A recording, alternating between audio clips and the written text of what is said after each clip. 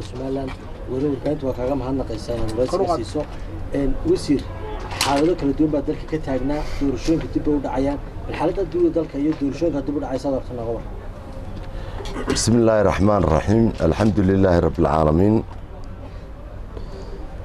marka hore saxaafadu su'aasha ay weydiinaysoba markasta diyaar baan u ahay waxaan marka hore ummadda iyo shacbigaba leeyahay assalaamu calaykum waraxmatullaahi wabarakaatu marka xigtana dalkeenna jamhuuriyadda somalilan alxamdulilah waxaynu maraynaa wakhti wanaagsan dalkeennu waxa uu maanta ku sugan yahay nimco xilliyadii abaartu ay bilaami jirtay waxaa inoo da'ayey roobab ilaahay wuu ina nimceeyey wakhtigan oo kale wakhti qaboobuhu ay bilaabmaan bay ahayd oo xoolaha iyo dadkuba ay dareemaan inay abaari bilow tahay ilaahay maanta wuu inooga nimceeyey sida kalena dalkeenna korriinkiisi wuu socdaa wuu fiican yahay guud ahaan su-aasha aad i weydiisayna ee ah xaaladda guud ee dalka aniga waxaa ii muuqataa guud ahaan dalkeennu inuu yahay dal xasiloon nabdoon dowladnimadiisii ay dacal ilaa dacal joogto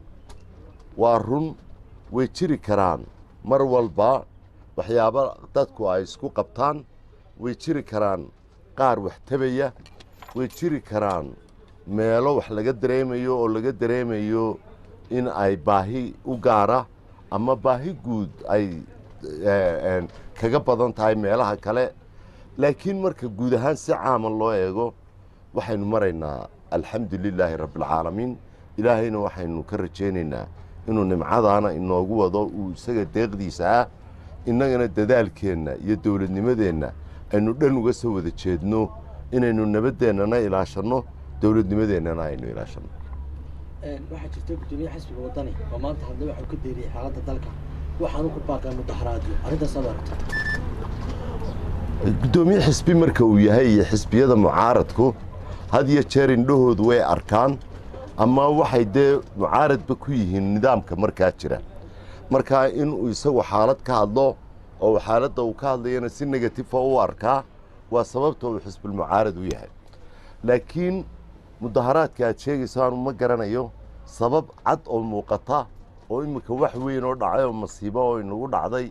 oo u gaar ah mujtamac deegaan gaara deggan oo la yidhaahda ka mudaharaada anigu ma arkayo wax laga mudaharaado una malayn maayo inuu guddoomiyuhuna sheegay waxa caynkaa iyo caynkaa iyo caynkaasa baynu ka mudaharaadaynaa oo ah maqaadiiri nagu dhacday maqaadiirtaasi ama mid rabbaaniya ha ahaato ama mid dad sameeyeen ha ahaatee laakiin nabdoonnida iyo xasiloonnida inuu guddoomiyaha mucaaradkii ka shaqeeyo ka muxaafidkiina ka shaqeeyo waa waxa aynu halkan ku soo wada gaadhnay maanta xilliyo kaambeyn ma joogno xilli doorasho ma joogno xilli laysku qabqabsado kursigii ma joogno waxaynu joognaa dawlad 2 sano jirta oo 3 sannadoodna ay u hadhsan yihiin xisbiyada mucaaradka ah ee doorashooyinkii lagaga guulaystayna waxay ahayd wakhtigay dib isu soo kabi lahaayeene ay isu soo dhisi lahaayeen dawladdana waxay ahayd wakhtigii ay horumar iyo waxqabad iyaduna wakhtigaa ay qaban lahayd laakiin mudaharaad in lagu dhawaaqo u malayn maayo inuu ku dhawaaqay haddii uu ku dhawaaqana u malayn maayo inuu sheegay wax cad oo qofka bini'aadmigaa ku riixi kara inuu mudaharaado mudaharaadkana dalkeenna waynu naqaanaa iyadoo distoorka iyo sharciguba ay banneeyeen haddana waa mid dadka ka yimaada ee maaha mid lagu ajburo dadkuna dhibaato culays intaas ah oo waxa masiibo dhacday oo ay dhacdo ah ay ka mudaharaadaan oo maanta dhacday oo gaaray aniga iima muuqato waxaanay ila tahay inta aynu mudaharaadada baranayno ee aynu baranayno inay bilayskiyo kale nabadgeli karaan dadkeennu ee aynu baranayno inuu qofka dhallinyarada ahi waxa uu mudaharaadayo fahamsan yahay waxa uu ku mudaharaadayana fahamsan yahay ee aanu ka soo kaciyo buuqun aanay noqonin taasina waatay naga sababtay dad fara badan oo hore oo ama mudaharaad inagaga dhaawacmay ama inagaga dhigntay oo maanta maqan maanta qaar kale oo saas kale ay ku dhacdo oo sababtay u mudaharaadayeen xataa aakhiray marka la weydiiyaanay iyagu sharxi kari waayaan uma baahnin waxay ila tahay anuu ma huba baan ku yidhi mar kale inuu guddoomiyuu yidhi aynu mudaharaadno laakiin markaan dhegaysanayay wuxuu yidhi xafiiska iigu kaalaya taageerayaashaydiio waxaanan isleeyahay wixii uu u sheegi lahaa marka hore warbaahintaba ugu sheegay wax dambe oo cusub oo uu ku odhan doonana anigu isagaa dee og laakiin waxaan ugu yeedhayaa guddoomiyaha iyo cid kasta iyo xisbi kastaba inaynu xasiloonida wada ilaashanno qofkan dhallinyarada ahna aynaan naftiisa ku duulin وهي عبد الله عكوسين حلال بدل وزير معنا وتسوق السياسة سومالا عن كعبة هاي ودكتي دورشوي كي سومالا أنا إسبر كان على بس أنا يدبوا تعين حسب جوتني قدومي هو جه الله وحشاجين أرتاسي عقبة سومالا كنا قريسو تاجرياشي سووا ياري أديكونا حتى وادو صعبة حالة تقويد سومالا هكذا مريسو مركم حاس كجاي دتريسين حالة سومالا عندنا على السياسة وأنا وعنين horta kala laba arrimaha dhinaca siyaasadda dalku ma wacna guud ahaan iyo arrintii doorashada dib u dhacday arrinta doorashadu waa qodob bedriyo ka mid ah qodobada faraha badan leh ay ka kooban tahay hogaaminta dalkan ee siyaasadeed aniguba ma jecli inay doorashooyinku wakhtigoodii dhaafaan oo ay dib u dhacaan dalkana waa ku ceeb inay madaxdii dalku mid muxaafida iyo mid mucaaradaba maalin walba laba qodob oo keliya iyo laba inan oo komishana isku riixriixiddeeda maantoo dhan ummadda lagu jectadiyo ma fiicna mucaaradna kuma fiicna muxaafidna kuma fiicna laakiin waxaan ogahay dhinaca mucaaradka oo baahi fara badan u qabay inay doorasho dhacdo inay iyagu caqabad ku yihiin marar fara badan doorashada horena waan uga hadlay kulmiye khaladkan oo kale horuu taariikhda u soo galay oo uu iyadoo komishankii laga sugayo dib u dhacay dabadeetana uu xubintoodii la hadhay markaasay doorashadii dib u dhacday markaasaa guurtidiina muddo dheer kordhisay iyagoo markii hal qof uun ka hadlayay tiibaa mar kale uu gelayaa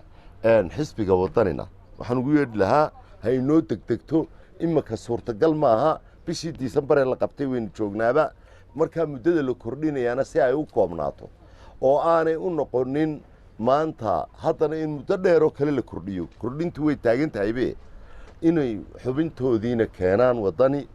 aayarna ay iyagay dani ugu jirtaa inay doorasho dhacdee dalkoo dhan bay doorasho dani ugu jirtaaye inay xubintii koobanaan baan ugu yeedhayaa ima muuqato laakiin khalkhal siyaasadoodoo weyn oo aynu ku jirnaa wasiir cabdillaahi magacayga cabdiraxmaan fataas waxaan u socday telefishinka area